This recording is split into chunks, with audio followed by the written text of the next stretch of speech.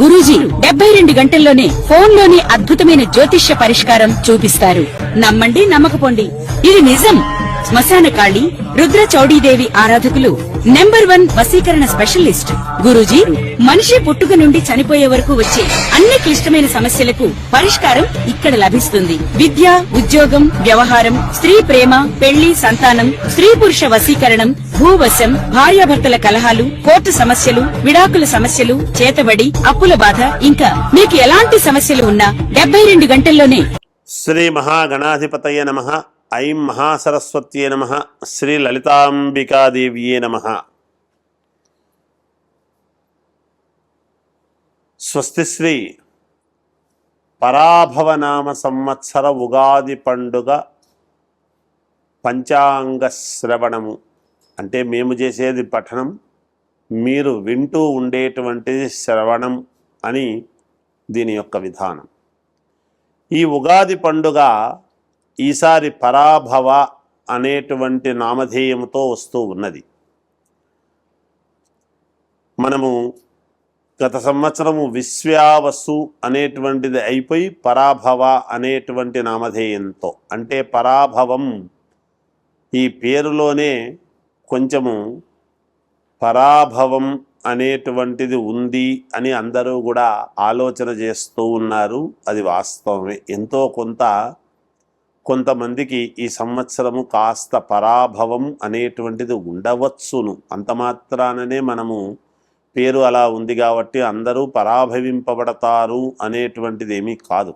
కనుక ఎవ్వరూ ఆందోళన చెందవలసినటువంటి అవసరము, అగత్యము ఏమీ లేదు అనేటువంటిది ముఖ్యముగా తెలియచేయటం. రాక్షసనామ సంవత్సరము అని ఉంటుంది. ప్రభవ, విభవ వీటిల్లో అందరూ రాక్షసులం అయిపోతామా? కాదు కదా. అందువల్ల ఆనందనామ సంవత్సరం అంటే అందరూ సంతోషంగానే ఉంటారు, ఇంకా బాధలు ఉండవు అని కాదు. కాబట్టి ఈ సంవత్సరము పరాభవనామ సంవత్సరము. ఏదో పేరు అలా ఉంటుంది కానీ ఎవ్వరూ ఎక్కడ ఆందోళన చెందాల్సినటువంటి అవసరము ఏమీ లేదు అనేటువంటిది ఒకటైతే, ఇక ఈ సంవత్సరము రాజు గురువు అయినాడు. గురుగ్రహం అంటే గురు భగవానుడు రాజు అయినాడు.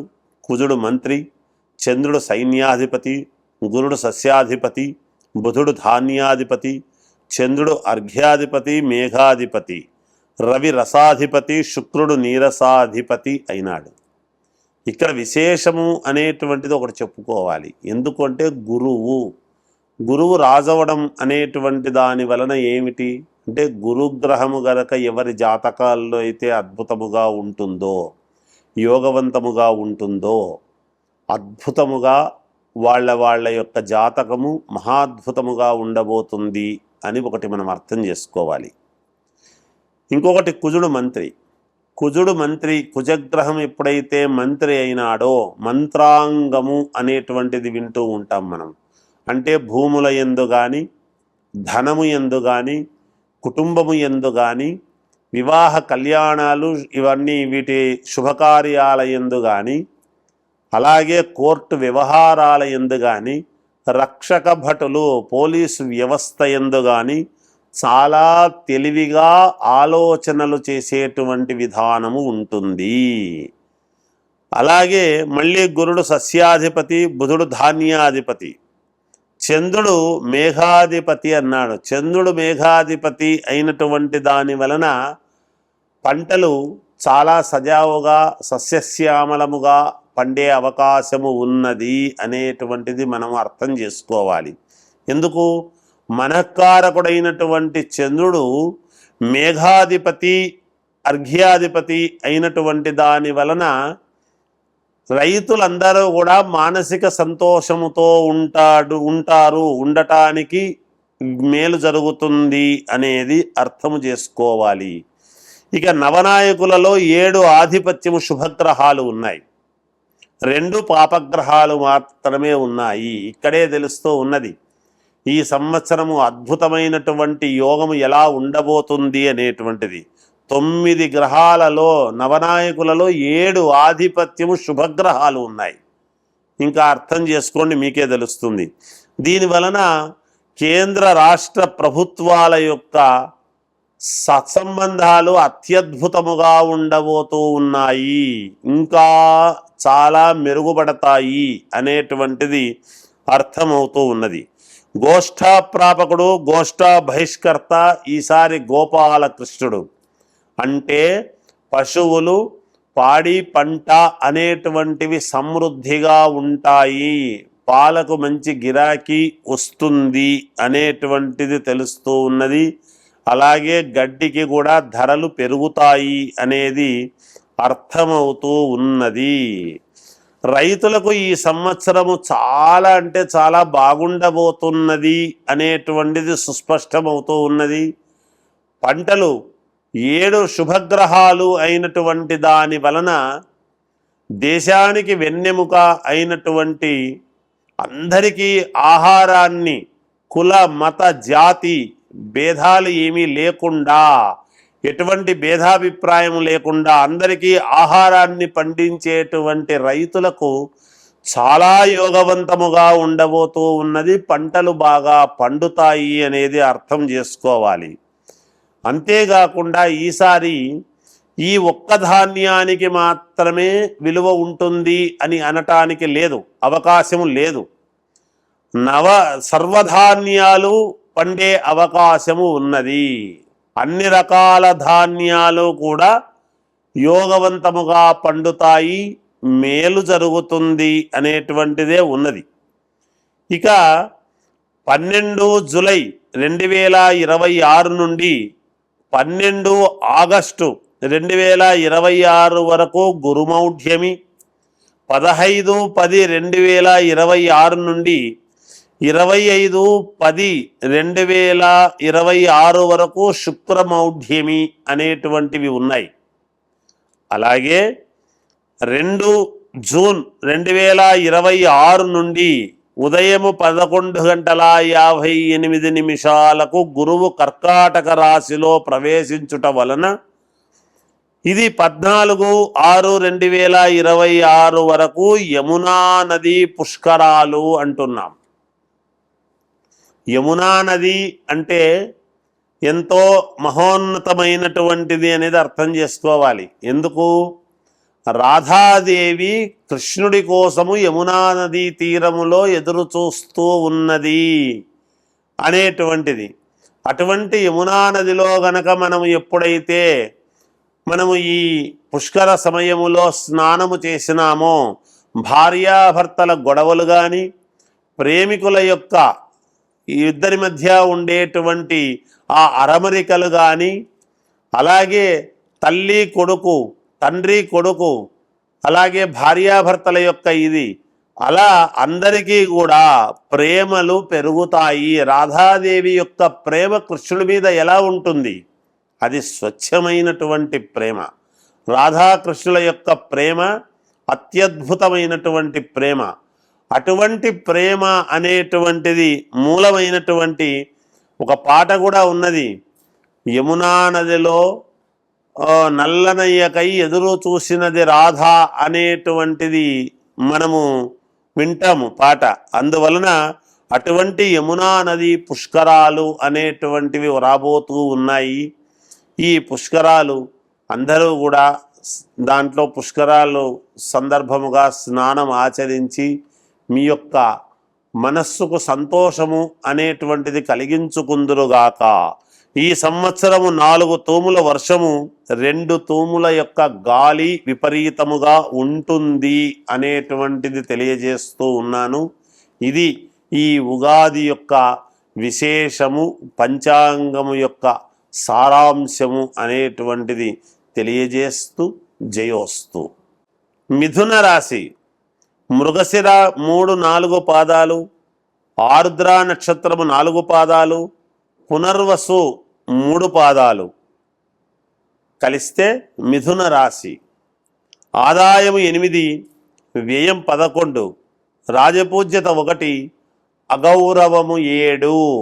కొంచెము జాగ్రత్తగా మీరు మెలగాలి సాటివారితో. కీర్తి ఉంటుంది, ధనలాభము ఉంటుంది, అన్నింటా శుభాలే ఉంటాయి. కీర్తి, ధనము, ఎక్కడైతే కీర్తి ఉంటుందో వాటిని భంగపరిచి ఏదో ఒక అపకీర్తిని ఎత్తిన వెయ్యాలి అని చూసేటువంటి వాళ్ళు ఎప్పుడూ పక్కనే ఉంటారు.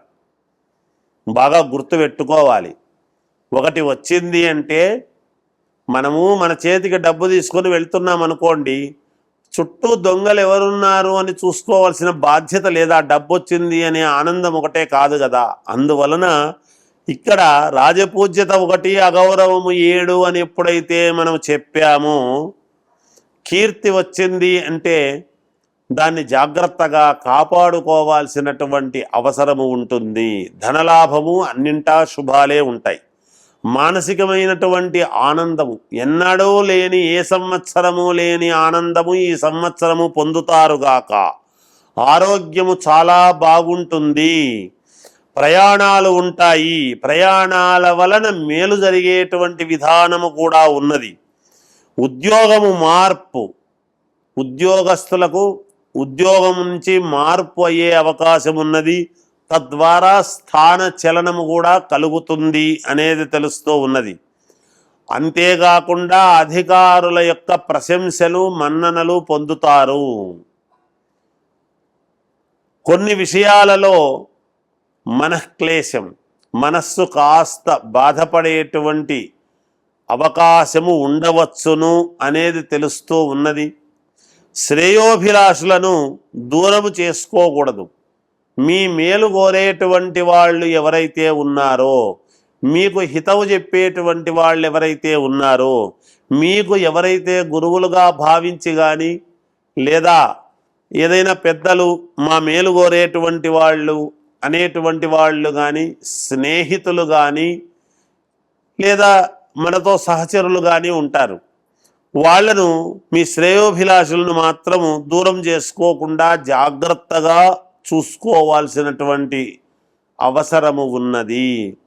అలాగే రాశిలోనే గురువు ఉండేటువంటి దాని వలన దైవానుగ్రహము చాలా అవసరము మీకు. ఆ గురువు దీంట్లోనే మన రాశిలోనే ఉన్నాడు కదా, ఏముందిలే, బాగుంటుంది, అధికస్య అధికం ఫలం అన్నట్టుగా ఇంకా మేలు జరగాలి అనుకున్నప్పుడు మీరు దైవారాధన అనేటువంటిది చేసుకుంటే బాగుంటుంది. దైవానుగ్రహము ఉంది, బాగుంది. అంతేకాకుండా పనులు, మీరు చేపట్టినటువంటి పనులు తప్పకుండా నెరవేరుతాయి. ఇంట్లో ఎవరైనా అనారోగ్యముతో ఉండేటువంటి వాళ్లకు పూర్ణ ఆరోగ్యవంతులుగా ఉంటారు. వెనక ముందు పుట్టినటువంటి వాళ్ళు మీ శ్రేయస్సు కోరుకొని నిరంతరము మీ బాగు కోసము చూస్తారు.